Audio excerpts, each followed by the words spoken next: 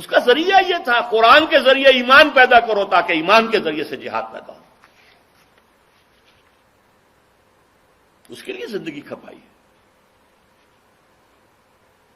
اب اس کی جو شرائط ہے اقامت دین کی جد و جہد کی، اس میں سے پہلی شرط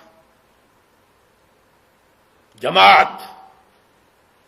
یہ کام اکیلے نہیں ہو سکتا. خود اپنی اصلاح اکیلے ہو سکتی ہے، اگرچہ کوئی آپ کو ماحول اچھا مل جائے تو آسانی ہو جائے گی، لیکن اکیلے بھی ہو سکتی ہے. دعوت، تبلیغ، تعلیم یہ انفرادی طور پر بھی ہو سکتی ہے. حضرت نوح انفرادی طور پر 900 برس تک دعوت دیتے رہے لوگ، اور اس کے لیے ادارے بھی قائم ہو سکتے ہیں، انجمنیں قائم ہو سکتی ہیں، فاؤنڈیشنز قائم ہو سکتے ہیں، پبلشنگ ہاؤسز قائم ہو سکتے ہیں، سم و بسر کے نظام قائم ہو سکتے ہیں. ٹھیک ہے، ادارے، انسٹیٹیوشنز، انجمنیں، ایسوسیشنز.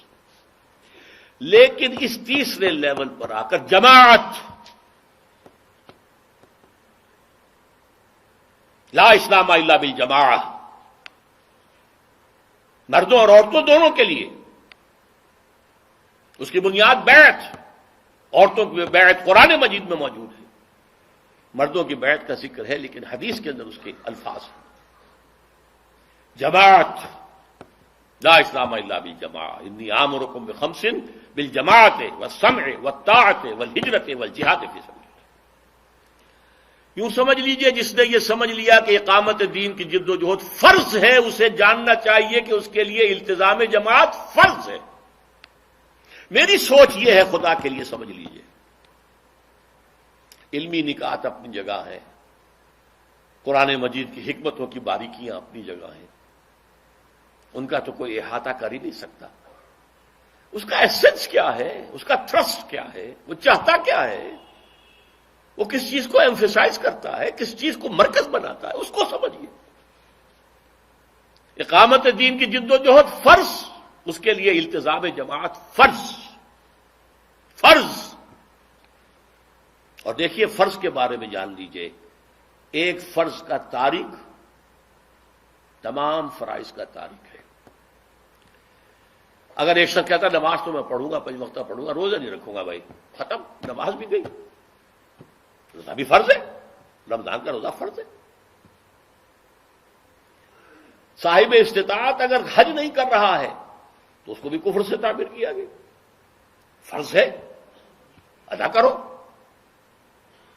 زکوٰۃ نہیں دیتا تو کیا اس کے خلاف جہاد کیا گیا، انہیں مرتد مانا گیا. تو ایک فرض کی جو ہے انکار یا اس کا ترک، وہ پورے دین کا ترک ہے. It's an organic whole. اقامت دین کی جد و جہد کی فرضیت، پھر اس کے لیے التزام جماعت کی فرضیت. البتہ یہاں ایک سوال پیدا ہوگا، جماعت آپ کو تلاش کرنی پڑے گی. خود جماعت بنانا آسان نہیں ہے، دانتوں پسینہ آتا ہے جماعت بنانے میں. لیکن چلتا ہوا قافلہ مل جائے تو کیا کہنے، اللہ کا فضل، اللہ کا کرم. ایک جماعت ہے. لیکن اب آپ کے لیے کیا ہے، کئی جماعتیں، کیا کریں. میں اس کا ایک جواب دیا کرتا ہوں، بھائی آپ کے پاؤں کو جوتے کی ضرورت ہے نا. آپ یہ کہہ کر گھر میں نہیں بیٹھ رہتے کہ پتہ نہیں جوتا صحیح کہاں ملتا ہے. کسی زمانے میں تو وہ گتے کا ہی سول لگا دیتے تھے اندر، کہاں سے ٹھیک ملتا ہے ہمیں کیا پتا. تو کیا آپ جوتا نہیں خریدیں گے؟ آپ جائیں گے، بازار دیکھیں گے، منڈی دیکھیں گے، دکانیں دیکھیں گے، قیمتیں کمپیئر کریں گے، ذرا موڑ توڑ کے دیکھیں گے، خریدیں گے. اس نیسیسٹی. جماعتوں کو آپ سٹڈی کریں، یہ بھی آپ کا جہاد ہے، جماعت کی تلاش. البتہ میں یہ بتا سکتا ہوں کہ 4 اوصاف دیکھیے اس جماعت کے اندر. نمبر 1، اس کا ڈکلیئرڈ گول اقامت دین، نظام کو بدلنا، اسلام کے پورے نظام کو قائم کرنا. یہ ڈکلیئرڈ گول ہونا چاہیے، اعلانیہ مقصد اور ہدف. نمبر 2، اس کا ڈسپلن ہونا چاہیے، وہ سمع و طاعت جس کی بیعت حضور نے لی تھی، سنو اور عمل کرو. حضور کے لیے وہ ایبسولوٹلی تھی، جو حکم دے ماننا ہے، غلطی کا امکان ہی نہیں، نبی ہے، معصوم ہے۔ اب یہ ہوگا کہ سنو، اور اگر شریعت کے خلاف نہ ہو تو مانو، بس سموتاعت فی المعروف، لیکن ہوگی سموتاعت، listen and obey, there's not to reason why, there's but to do and die۔ فوج کا ڈسپلن کیا ہوتا ہے؟ سپاہی پوچھے افسر سے، جناب آپ یہ حکم مجھے کیوں دے رہے ہیں؟ کیا ہوگا؟ وہ فوج ہوگی، جو حکم دیا کرو، ڈو اینڈ ڈائی۔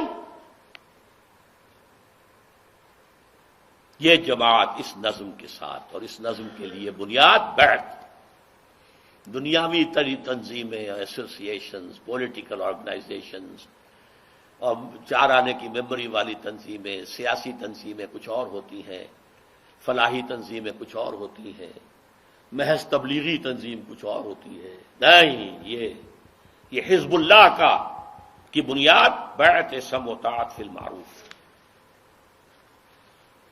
تو میں بیان کر رہا تھا، نمبر 1 ڈکلیئرڈ گول اقامت دین، دین کے پورے نظام کو قائم کرنا۔ نمبر 2 ڈسپلن، سمع و طاعت۔ نمبر 3 ان سے پوچھئے کہ آپ کی میتھوڈالوجی کیا ہے، کس طریقے سے آپ دین قائم کرنا چاہتے ہیں؟ الیکشن کے ذریعے، ایجیٹیشن کے ذریعے، گوریلا وارفیئر کے ذریعے، فوج میں بغاوت کرانے کے ذریعے، کون سا راستہ آپ کا؟ اگر آپ کا راستہ حضور کی سیرت سے ماخوذ نہیں ہے تو منزل تک پہنچنے کا کوئی امکان ہے ہی نہیں، یو ول بی لاسٹ۔ یہ کام تمام انبیاء اور رسول کی تاریخ میں صرف حضور کے دست مبارک سے ہوا ہے، صرف۔ اب بھی ہونا ہے، جس کی خبر میں آپ کو دے چکا ہوں، پوری دنیا پر ہونا ہے، کہیں سے شروع ہوگا پھر پوری دنیا تک پھیلے گا۔ یہ دی ہوئی خبریں ہیں محمد رسول اللہ کی، وہ صادق المصدوق، وہ سچے ہیں، ان کی سچائی پر اللہ گواہ ہے، پوری کائنات گواہ ہے، نوع انسانی گواہ ہے۔ تو ہونا ہے، لیکن ہوگا اسی طریقے سے۔ لا يصلح آخر هذه الامہ الا بما صلح به اولها۔ اس امت کا آغاز حضور اور خلافت راشدہ، اس کا اختتام پھر آئے گا جبکہ پوری دنیا پر اللہ کا دین اور خلافت کا نظام آئے گا۔ یہ اول ہے، وہ آخر ہے، درمیان میں جو کچھ ہے وہ میں نے چھوڑ دیا تھا آج کی گفتگو سے۔ لیکن جس طریقے سے، جس عمل سے، جس طریقہ کار سے وہ پہلے منزل سر ہوئی تھی، اسی سے ہوگی۔ مانگے تانگے کے مستعار، ادھر سے مانگ لیا، ادھر سے سیکھ لیا، ادھر سے لے لیا، ادھر سے لے لیا، اس سے یہ کام نہیں ہوگا، چاہے خلوص کی انتہا ہو۔ خلوص اپنی جگہ ہے، خلوص کا اجر آخرت میں ملے گا، لیکن اگر طریق محمدی اور طریقہ کار اور منہج محمدی اگر اختیار نہیں کیا ہے تو کامیاب نہیں ہوں گے آپ۔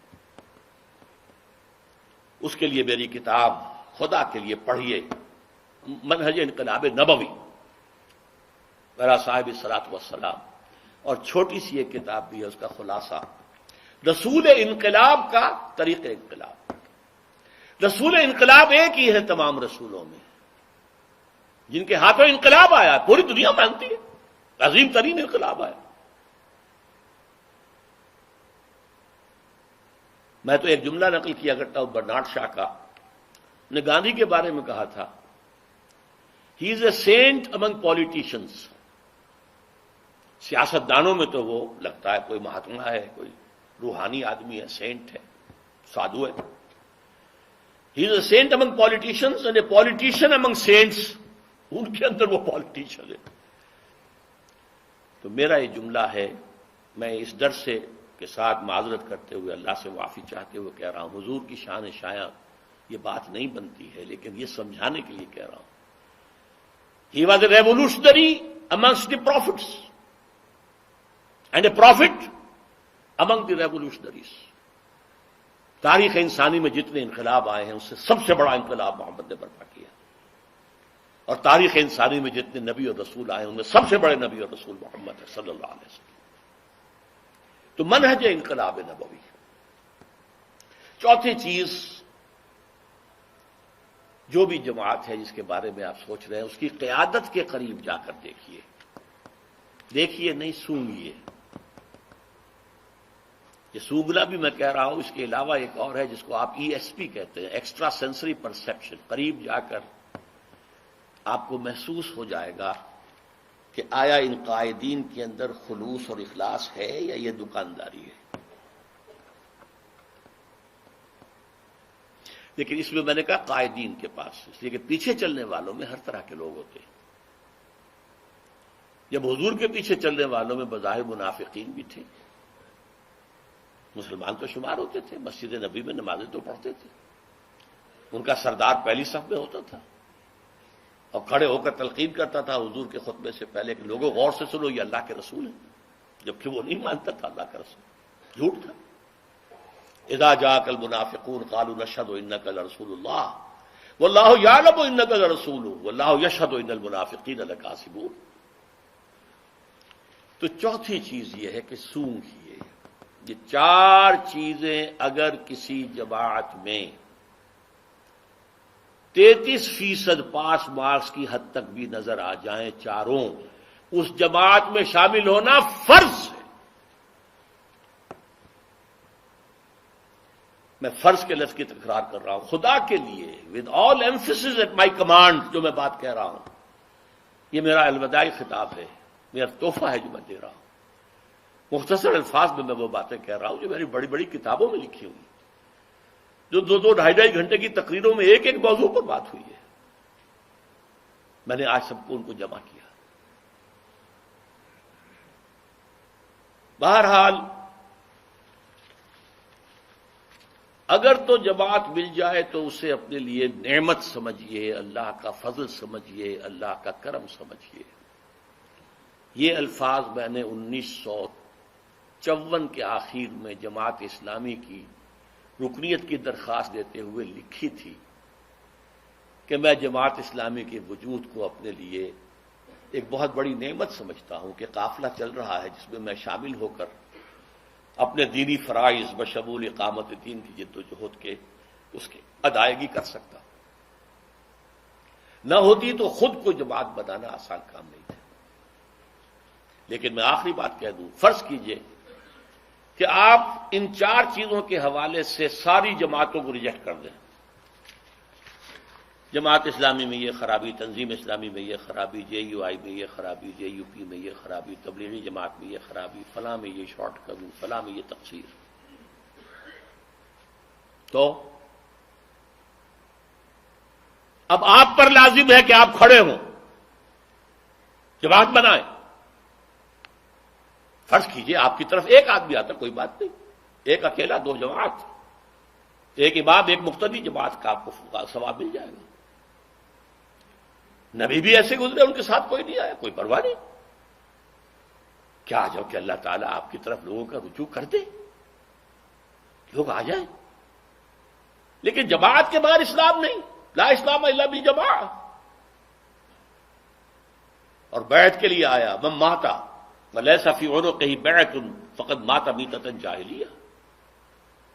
جو مسلمان مرا اس حال میں کہ اس کی گردن میں بیعت کا قلادہ نہیں تھا، وہ جاہلیت کی موت مرا، اسلام کی موت نہیں مرا.